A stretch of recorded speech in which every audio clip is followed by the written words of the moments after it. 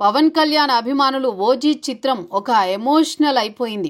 ఈ చిత్రంలో అభిమానులు పవన్ కళ్యాణ్ పూర్వ వైభవాన్ని చూస్తామనే ధీమాలో ఉన్నారు. ఇప్పటి వరకు ఈ చిత్రం నుండి విడుదలైన ప్రతి కంటెంట్ చాలా క్రేజీగా ఉంది. ముందుగా 2023 సంవత్సరంలో ఈ చిత్రం నుండి ఒక గ్లిమ్స్ వీడియో వచ్చింది. ఈ గ్లిమ్స్ దేశవ్యాప్తంగా సృష్టించిన ప్రకంపనలు సాధారణమైనవి కావు. కానీ ఎన్నిసార్లు చూసినా మళ్లీ మళ్లీ చూడాలనిపించే రేంజ్లో డైరెక్టర్ సుజిత్ ఈ గ్లిమ్స్ ని కట్ చేశారు. థియేటర్లో ఈ గ్లిమ్స్ వీడియో ఎప్పుడొచ్చినా థియేటర్ బద్దలయ్యే రేంజ్లో రెస్పాన్స్ వస్తుంది. ఇది వరకు ఇలాంటి రెస్పాన్స్ వీడియోస్ సోషల్ మీడియాలో మనం వందల కొద్దీ చూసాం. ఇక రీసెంట్ గా విడుదలైన ప్రైమ్ స్ట్రోమ్ పాట అయితే మ్యూజిక్ లవర్స్ ని మెంటలెక్కిపోయేలా చేసింది.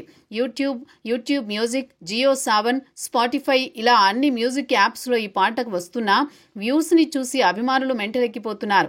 చాలా కాలం తర్వాత ఒక పవన్ కళ్యాణ్ సినిమా పాటకు అద్భుతమైన రెస్పాన్స్ వచ్చింది అంటూ విశ్లేషకులు సైతం అభిప్రాయపడుతున్నారు. అయితే ఆగస్టు 15న ఈ సినిమాకు సంబంధించి యాక్షన్ టీజర్ వస్తుందేమో అని అంతా అనుకున్నారు.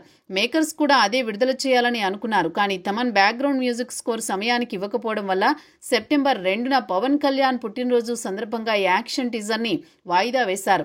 అయితే ఈ చిత్రం నుండి తదుపరి వచ్చేది మెలోడీ సాంగ్ అని రీసెంట్ గానే మేకర్స్ అధికారికంగా heroine Priyanka Mohan first look ద్వారా ఖరారు చేశారు. శ్రేయా ఘోషల్ గాత్రం అందించిన ఈ పాటకు సంబంధించి ప్రోమోని నేడు ఏదో ఒక సమయంలో విడుదల చేసే అవకాశం ఉంది.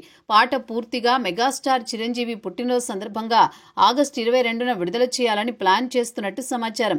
నేడు విడుదల అవబోయే ప్రోమోలోనే ఈ అప్డేట్ ఉంటుందని అంటున్నారు. ఇకపోతే ఈ మెగాస్టార్ చిరంజీవి 70వ పుట్టినరోజు సందర్భంగా ఆయన సోదరుడు నాగబాబు నిర్మించిన స్టాలిన్ చిత్రాన్ని మరోసారి గ్రాండ్ గా రీరిలీజ్ చేయబోతున్నారు.